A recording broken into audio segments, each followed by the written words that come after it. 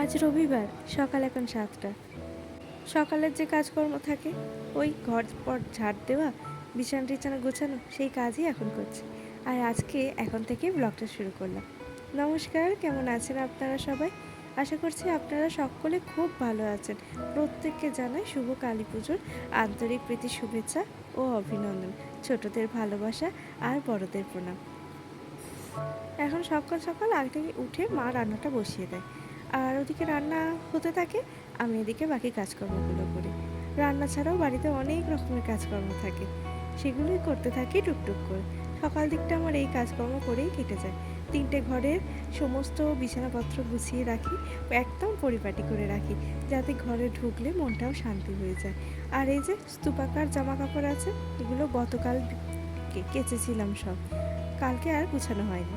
আজকে সকালে তাই এগুলো নিয়ে বসেছি। তার সাথে ছিল অমিতের অফিস পরে যাওয়ার জামা, সেগুলোকেও সব আয়রন করে রেখে দিচ্ছি।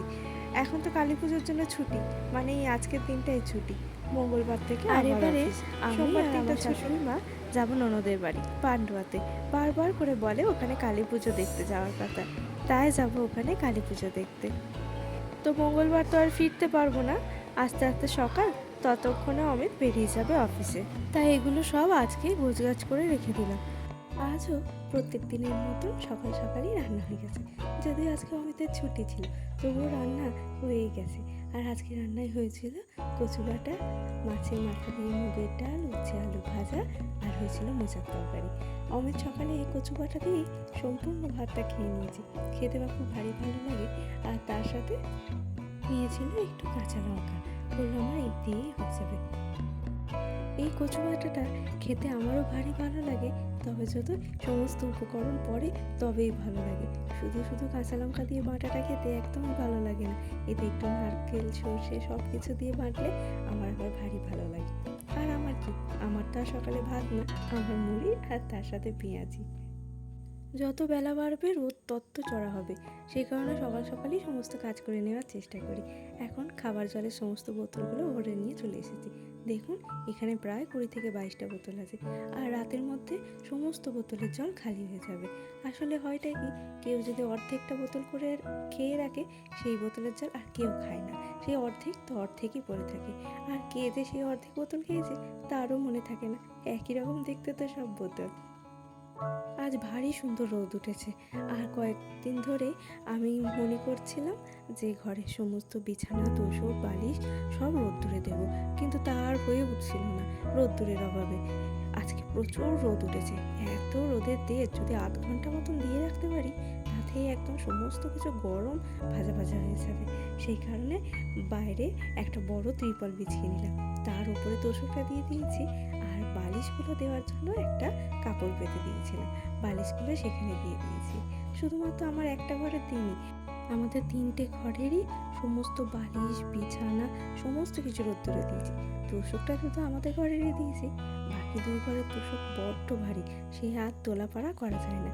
একবার রোদে দিয়েছিলাম, সেই তখন ছিল আমাদের বিবাহবার্ষিকী, প্রথম বছরে, সে এখন দিয়েছিলাম একটা ঘরের তোষক, আর বাকি একটা ঘরের তোষক তারপর। আর আমার ঘরের তোষক আমি প্রায় দিনই রোদে দিয়ে থাকি, ওই মাসে একবার করে তো দিয়ে থাকি। আর বালিশ তো প্রত্যেক দিনই পারলে রোদ্দুরে দিয়ে দিই। ভোর রাতের দিকে বেশ ঠান্ডা ঠান্ডা লাগছে। আসলে টিনের চাল খুব তাড়াতাড়ি যেমন তেতেও যায়, খুব তাড়াতাড়ি ঠান্ডাও হয়ে যায়, খুব শীত করে তখন। সেই কারণে ভাবলো কাঁথাটাও বের করে নিই, ওটাকেও রোদ্দুরে দিয়ে দিই। 1 বছর ধরে তো পড়ে থাকে, সেটাকে রোদ্দুরে দিয়ে তারপরেই গায়ে দিই। এদিকে আমার সমস্ত কিছু রোদ্দুরে তারে যখন দিয়েছি, তারপরে তাদের মনে হলো না, তারটা ঝুলে যাচ্ছে, এটাকে টান করতে হবে।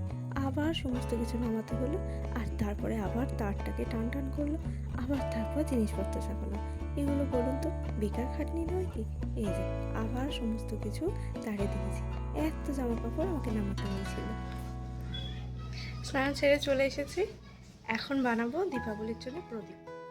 কদিন ধরে সোশ্যাল মিডিয়াতে খুব দেখছি এরকম ভাইরাল প্রদীপ বানানো। ভাইরাল বললাম এই কারণে, নর্মালি তো আমরা সরিষার তেল দিয়ে সলতে দিয়ে প্রদীপ জ্বালাই, কিন্তু দেখলাম সোশ্যাল মিডিয়াতে সর্ষের তেলের সাথে বেশ খানিকটা মোম অ্যাড করে দিচ্ছে, ওই মোমবাতি অ্যাড করে দিচ্ছে, আর অল্প পরিমাণ তেল দিচ্ছে, এদিকে মোমও জমে যাচ্ছে, তেলও জমে যাচ্ছে। আমি এখানে 1 প্যাকেট মতন মোমবাতি নিয়েছি, আর এই যে এইটুকু পরিমাণ সর্ষের তেল দিলাম। তারপর যখন সবটা গলে যাবে তখন এই সুতোগুলো সব তুলে রেখে দেবো। কিছু প্রদীপে তুলোর সলতে ব্যবহার করেছি, আর কিছু প্রদীপে এই মোমবাতি সলতেগুলোই ব্যবহার করেছি। এই যে ডাবল করে দিয়ে দিয়েছি, আর তার উপর থেকে ওই যে মোম আর তেলের মিশ্রণটা দিয়ে দিয়েছি। কিছুক্ষণের মধ্যেই একদম সব জমে গিয়েছিল। তবে একটা কথা কি, যেটা এটা বানিয়ে শিখলাম, যেটা উপলব্ধি করলাম, সেটা হলো এটাতে খরচা অনেক বেশি। কারণ এতগুলো মোমবাতি, ধরুন আমি এখানে 50টা মোমবাতি করে এরকম প্রদীপ বানিয়েছি মোম দিয়ে, আর তাতে আমার 2 প্যাকেট মোমবাতি লেগেছে, তার উপর আবার সর্ষের তেল লেগেছে। আর এখন মোমবাতির প্যাকেটগুলো দাম নিয়েছিল 25 টাকা, শুধু আমার এখানে 50 টাকার মোমবাতি, আবার তার উপর সর্ষের তেল লেগেছে। তো যাই হোক, চলে এসেছি এখন দুপুরের খাওয়া দাওয়ার সময়। আজকে আমরা প্রত্যেকে কলা পাতায় ভাত খাবো, কারণ 2-একটা কলা গাছ কেটে দেওয়া হয়েছে আর কচি পাতাগুলো আনা হয়েছে ভাত খাওয়ার জন্য। তবে এই মোমবাতি দিয়ে প্রদীপ তৈরি হয় কখনো ভুলেও চেষ্টা করবেন না, এতে খরচা কিন্তু অনেক বেশি হবে। তো চলুন বেশ করে লেবু চিপে কচু বাটা দিয়ে ভাত খেয়ে নিই। আজকে ব্লগ কেমন লাগলো অবশ্যই জানাবেন। অনেক দিন পর আজকে আবার একটা ব্লগ আপলোড করলাম। আপনারা প্রত্যেকে ভালো থাকবেন, সুস্থ থাকবেন। ভালো লাগলে একটা লাইক করে দেবেন। আজকের মতন টাটা।